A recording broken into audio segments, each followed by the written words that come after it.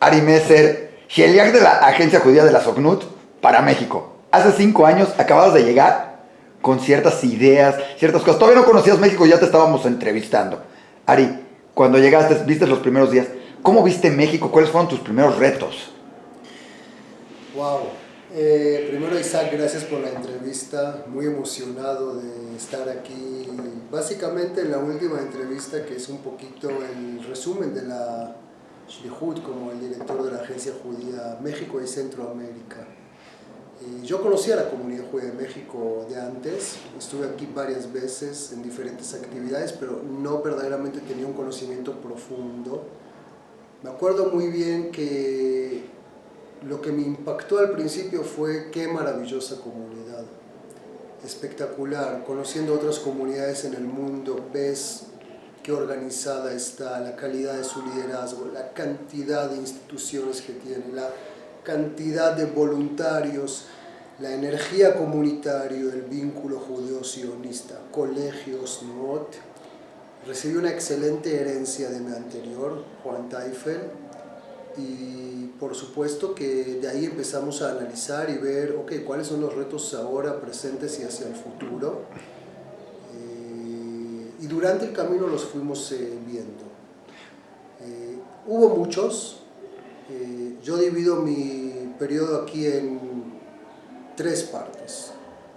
La primera parte son los primeros 2 años y medio, que fueron años de conocer, cerrar ciclos, reforzar infraestructuras de la agencia judía que estaban aquí, reforzar y tener nuevos vínculos con instituciones comunitarias y líderes comunitarios, cuando la esencia de todo eso era la educación, antes que todo la educación no formal, los programas a Israel, las NUOT, los movimientos juveniles, reforzar en forma significativa la conexión con la red de los colegios y por supuesto traer nuevos proyectos y nuevos socios en el aspecto de más fundraising y colaboraciones de departamentos gubernamentales de Israel, organizaciones, instituciones nacionales, ACES, ONGs y etc. Y durante estos 2 años y medio, los primeros también viene detectando ya diferentes puntos de desarrollo estratégico.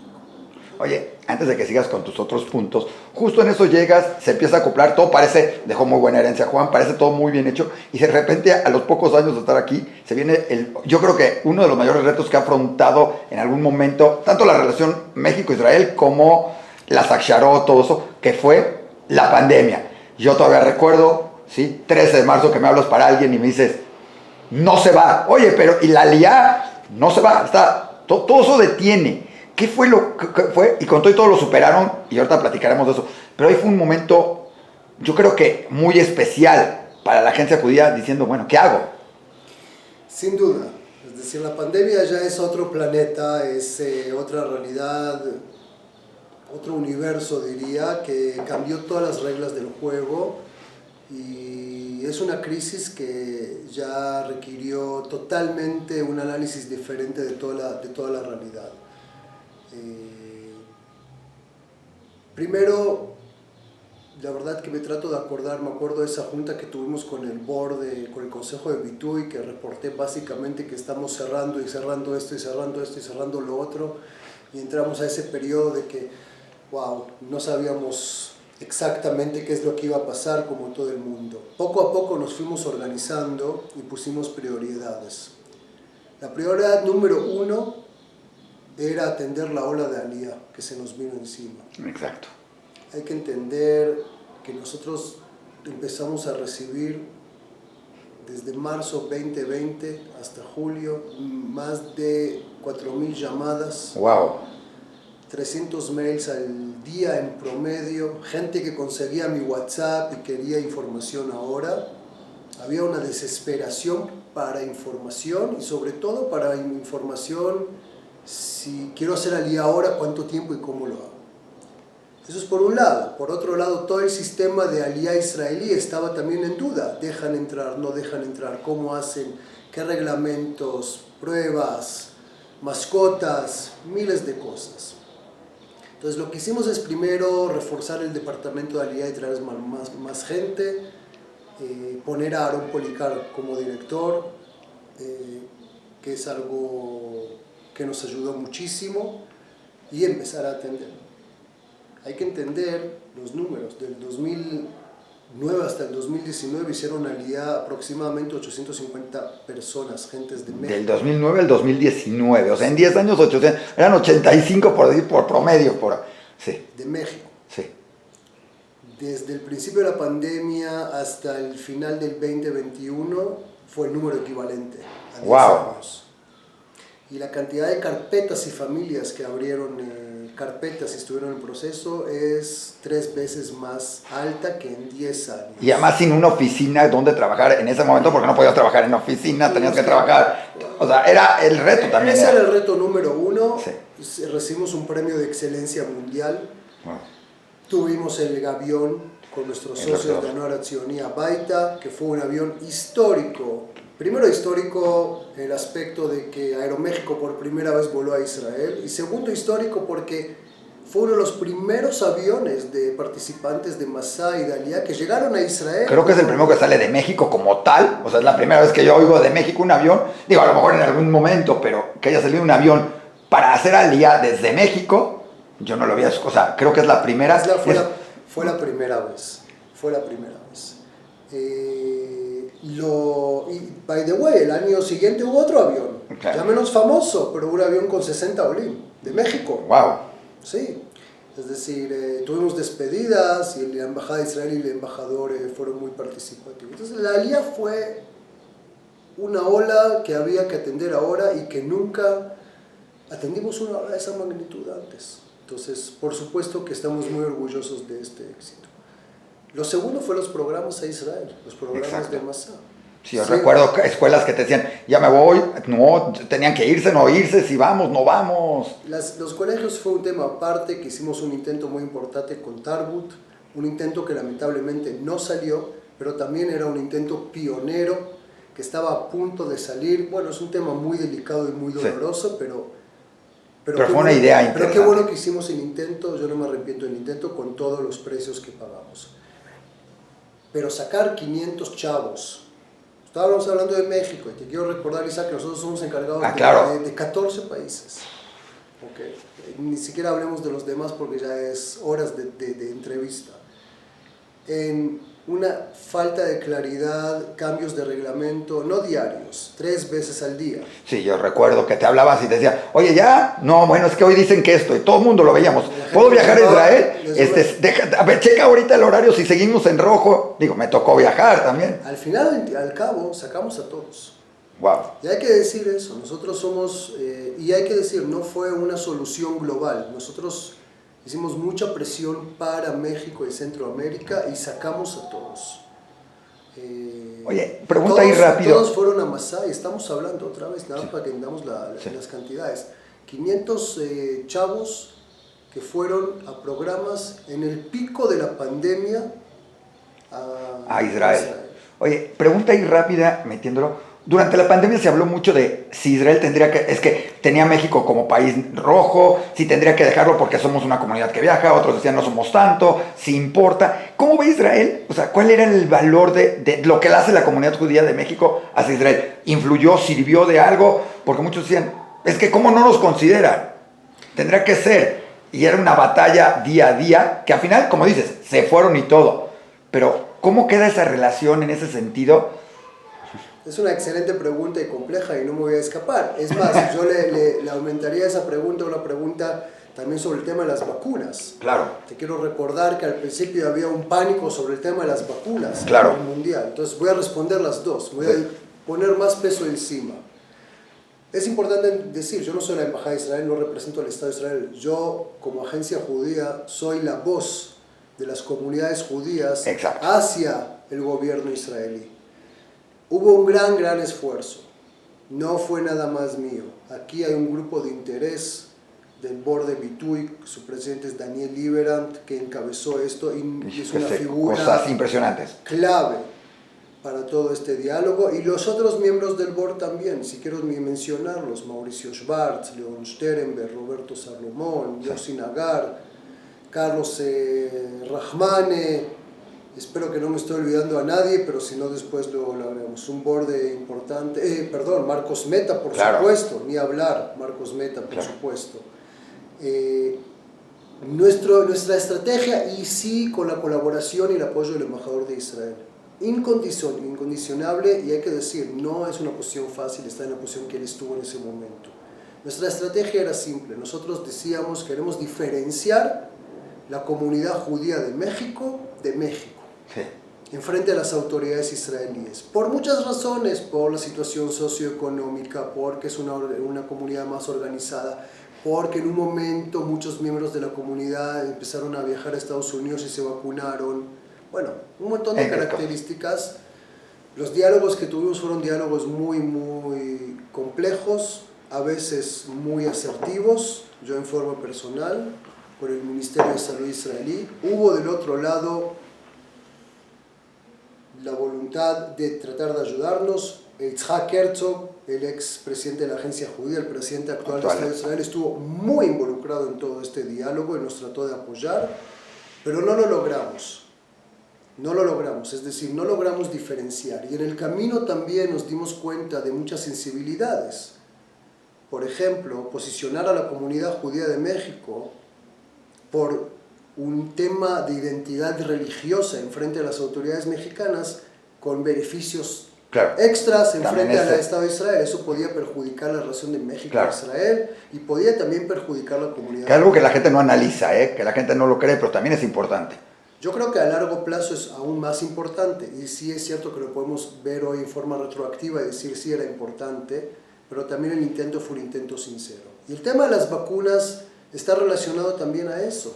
Tú como país mandas vacunas a un grupo de 45,000 personas dentro de una población de 125 millones.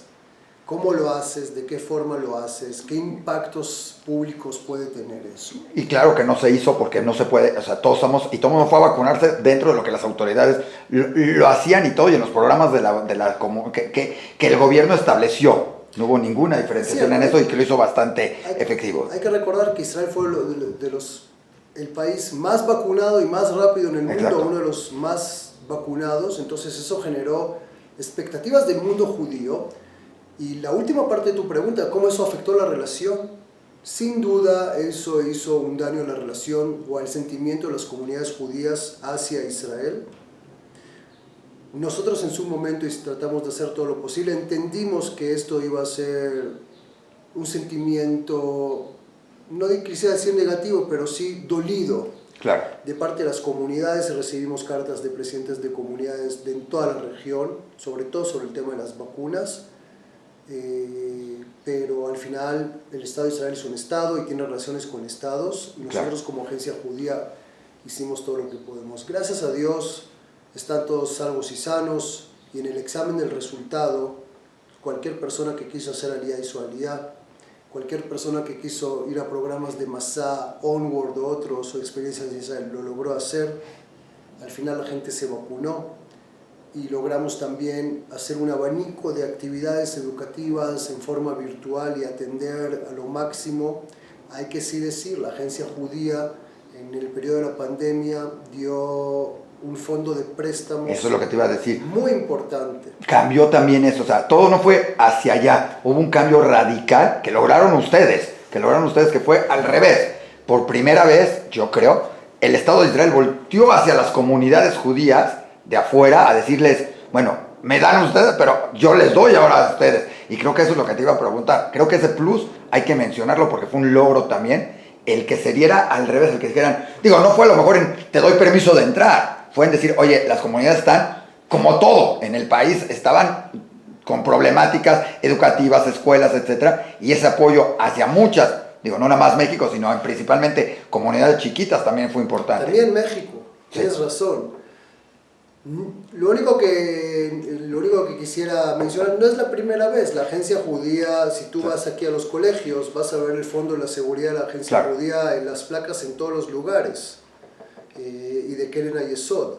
Vas a ver muchas contribuciones. El fondo de préstamos fue una iniciativa extraordinaria que ayudó a dar un puente de oxígeno económico a diferentes instituciones y comunidades que lo necesitaban en ese momento, con condiciones de préstamo amigables. No había ningún interés de ganar dinero ahí, claro. Tasa 0% y etcétera. Fue una iniciativa más. También trajimos, por ejemplo, la plataforma de JReady. Hicimos un curso aquí para líderes de comunidades con acreditación de la Universidad de Tel Aviv, online. ¿Cómo manejas una comunidad en una crisis extrema? Claro. Trajimos los mejores profesores con acreditación, participaron 47 personas de 11 países aquí, muchos de México, llevaron ese know-how y después lo implementaron. Hay que acordar que lo que sabemos hacer hoy, cuando digo sabemos es todos nosotros, hace 2 años no lo sabíamos hacer. Claro. Era todo nuevo, era todo una incertidumbre. Entonces hay muchos proyectos de apoyo a la comunidad dentro de la época de la pandemia. Oye, esta es la segunda etapa. claro. Podemos hablar de la pandemia y la primera etapa mucho, pero yo creo que mirándolo en forma retroactiva, yo creo que es una medalla de honor. No, Primero para el liderazgo comunitario, que ahí se destacó y se demostró de su mejor forma. La relación que tuvimos con el liderazgo comunitario, la colaboración, la comunicación, la tranquilidad, el profesionalismo, y no fue fácil en esos días, en un caos de ese estilo, de poder analizar la realidad the way it is. Exacto. Y ver cómo seguimos adelante cuando la gente alrededor sí estaba muy estresada, es normal. Entonces, muchos elementos de la comunidad, desde Bitajón y Jerum y Comité Central. Y los médicos que se establecieron y todas las asociaciones de voluntarios, hacia adentro y hacia afuera de la comunidad, fue impresionante. O sea, creo que fue algo que movió a todo el país, no nada más de la comunidad, sino todo el país, esa solidaridad que se dio en los primeros meses y posteriormente. Oye, pero dentro de eso, justo te iba a preguntar, ¿qué sucede México y las comunidades? ¿Qué tiene que ver la agencia judía? Como tú dices, hay otros 14 países de los cuales hay comunidades chiquitas, medianas, y México, muchos pensamos México, la Ciudad de México, pero también están Guadalajara, Monterrey, Cancún, Tijuana, todo eso.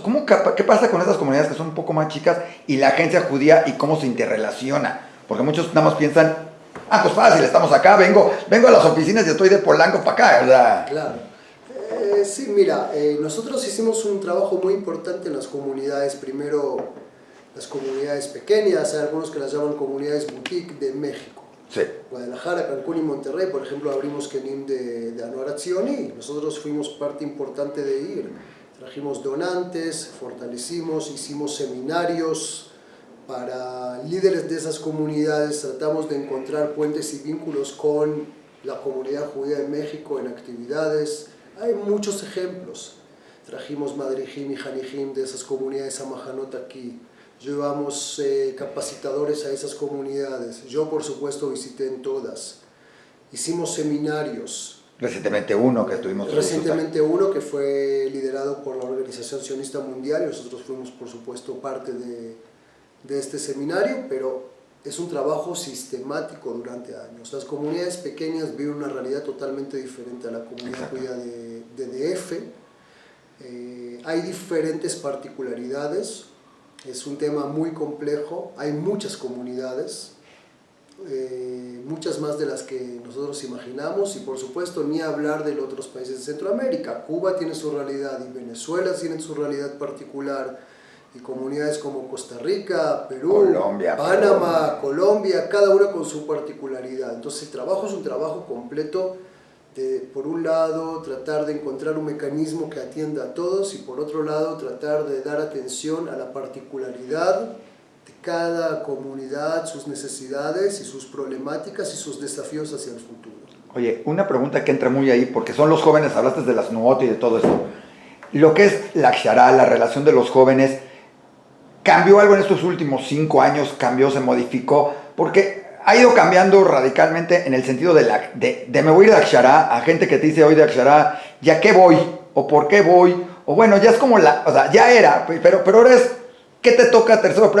te toca irte de Akshara, no es porque quieras, no, o sea, no es que no quieras, no es porque tengas el idealismo, es porque pues, es como el checklist, ¿no? Tercero, me voy, ¿cuántos meses me voy? Ya no importa esto, a ver qué plan y todo. Se ha cambiado, se ha tratado de cambiar eso a que no se vea. Unos piensan, es que solo se van de Akshara porque es un año, 6 meses, 8 meses de ir de fiesta. Otros piensan que sí van a aprender.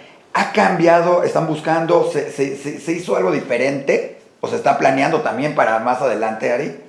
A ver, te doy una respuesta. Yo creo que hay que hacer una pregunta un poco diferente para entender la situación, si me permites. La pregunta es, ¿cuál es el perfil y las características de la cuarta y quinta generación? Sí. Es decir, nada más es un término que yo lo puse, es decir, que es la generación de los inmigrantes que llegaron a México, claro. Sus hijos, sus nietos, sí. Y ahora está sus bisnietos y ya hay quinta generación. Sí. La generación de los millennials, la generación no, todavía son terceras, cuartas generaciones algunas. La generación Z. Sí. ¿Sí? Entonces, primero... Los millennials y Z de estos tiempos. Exacto. O sea, sí. Ahora ellos ya son muy diferentes a las otras generaciones. Es decir, el gap entre ellos y las generaciones anteriores es diferente. Por muchos elementos, no vamos a entrar en una discusión académica, pero hay que entender que son totalmente diferentes. Definitivo. Tienen una identidad global, son mucho más móviles, estudian profesiones, lo que se llama Miktsot Hofshiim, ya no necesariamente quieren ir a trabajar en el negocio de la familia, quieren ser abogados, quieren ser doctores, tienen amigos en todo el mundo. Menos y menos se identifican con la identidad comunitaria judía de donde vinieron sus abuelos, de cualquier comunidad, y quisieran ver ya una comunidad más, se casan más tarde, tienen hijos más tarde. Claro.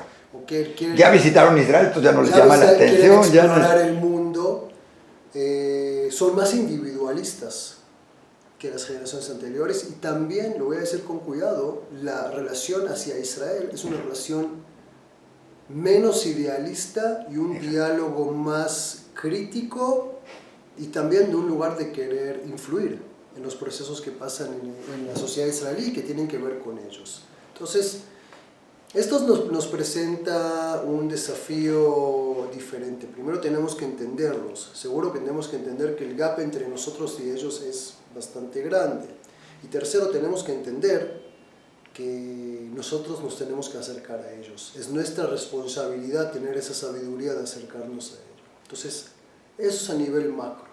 A nivel micro, eso presentó un abanico de operaciones que siguen de pie y análisis. Por ejemplo, trajimos una shlichá para estudiantes, por primera vez. Bueno. Que básicamente lo que ella hace, aparte de traer Israel auténtica, es agrupar a todos esos grupos, que cada uno actúa por su parte. Tuvimos ahora una fiesta de 250 estudiantes. Sí. Tuvimos una noche de startup con más de 200 estudiantes y 8 mesas. Tikkun Leil Shavuot que hizo ahora en una terraza. Eso es uno. 2, trajimos Shinshinim. Exacto. A los colegios y a las NUOT. Explica rápido, porque... Shinshinim es el proyecto de jóvenes antes de robarse al ejército israelí que vienen a voluntariarse un año a Israel, voluntariarse un año a las comunidades judías y traen a Israel en forma auténtica.